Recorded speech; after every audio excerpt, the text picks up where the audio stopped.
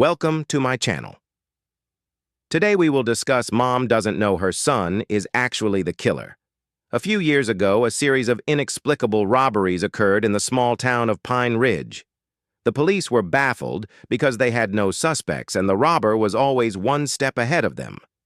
They were never able to catch him.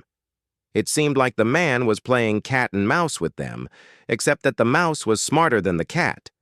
What made things even more confusing was that all the evidence pointed to an innocent young man named Joseph. Joseph's mother couldn't believe the accusation. Her son was a sweet boy who would never hurt a fly. That is why, when she saw the news about the arrest, she called the police station to confront them. However, what she heard on the other end of the phone stunned her. The police told her they had enough evidence to charge Joseph, including security footage from the convenience store where the last robbery took place.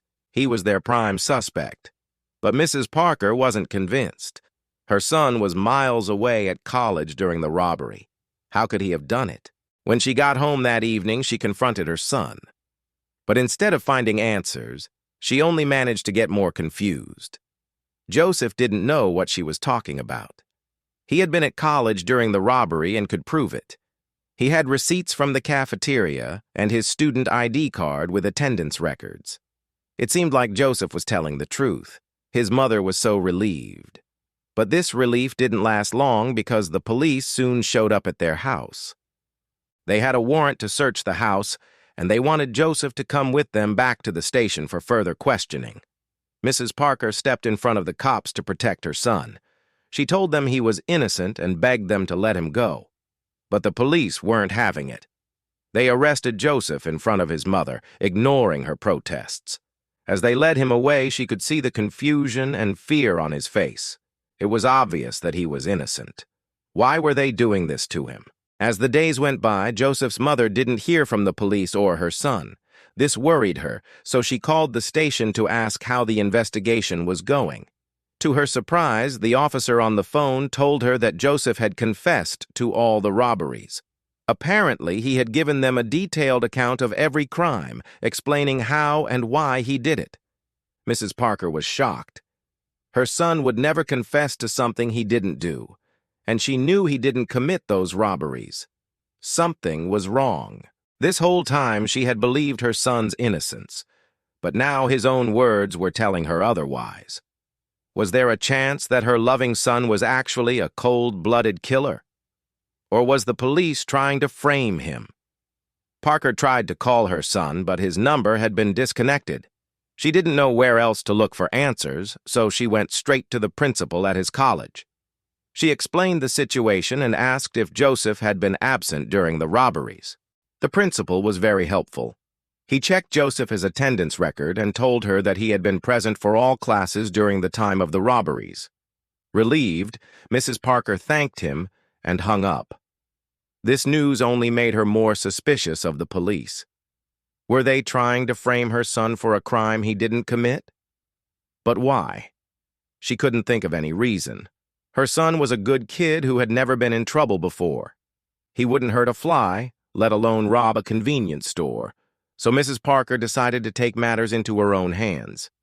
She hired a private investigator to look into her son's case and see if he really committed the robberies. She also called the prosecutor in charge of her son's case, but he was no help. He told her that the evidence against her son was overwhelming and that he should just accept the fact that he was guilty. Days turned into weeks, and still there was no news.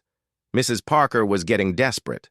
She needed to find out the truth about her son's guilt or innocence. She couldn't live like this anymore. She had to know. Meanwhile, Joseph was sitting in his cell, waiting for his trial to begin. He was scared and confused. He didn't know why he was being accused of these crimes. He had nothing to do with them. He was innocent. As the day of the trial approached, Mrs. Parker's anxiety grew. She couldn't bear the thought that her son might be a murderer. She loved him too much to even imagine that. She had to find proof of his innocence before it was too late. She went to see the judge in charge of the case, but he wouldn't listen to her. He told her that the trial would go on as planned and that she should let the justice system do its work. Mrs. Parker was devastated. She didn't know what to do, but then she got an idea. She went to see the police chief and offered him a deal. She would give him $10,000 if he could find evidence that her son was innocent. The police chief was skeptical, but he took the deal. He knew that he had nothing to lose by investigating the case further. As the investigation progressed, the police chief found out that someone had tampered with the evidence in the case. The security footage from the convenience store had been edited. The robber's face had been blurred out and the timestamp had been changed. This meant that the police had been chasing the wrong man all along. The police chief confronted Joseph's mother with his findings and apologized for what he and his team had done. He also promised to bring the real robber to justice. Mrs. Parker was shocked. She couldn't believe that someone would go to such lengths to frame her son. But she was also relieved that he was finally going to be free. The trial ended up being a huge embarrassment for the police department. The judge threw out all the evidence against Joseph and ordered his immediate release. The media was quick to pick up on the story, and soon Joseph's name was cleared. However, in the following months, the true culprit behind the robberies remained at large. Despite the efforts of the police, they were unable to track him down. Joseph's mother continued to offer her $10,000 reward, but no one came forward with any useful information. One day, while Joseph was visiting his mother, they were watching the news. A local convenience store had just been robbed, and the police were looking for the culprit. As they watched, Joseph noticed something strange. The robber's face looked familiar to him, but he couldn't place it. Then it hit him. He knew that face. It was the same face that had been blurred out in the security footage from the first robbery. Could it be? Could the police have actually caught the right guy the first time? Joseph told his mom what he had seen, and together they decided to go to the police. They had the security footage from the recent robbery and the old footage from the first robbery. Joseph was sure that the faces matched. When the police saw the two videos side by side, they were shocked. It was the same person. They had been chasing Joseph all this time when the real robber had been living freely among them. They felt humiliated. With the new evidence, the police were able to catch the robber. He was a drifter who had been living in the area at the time of the robberies.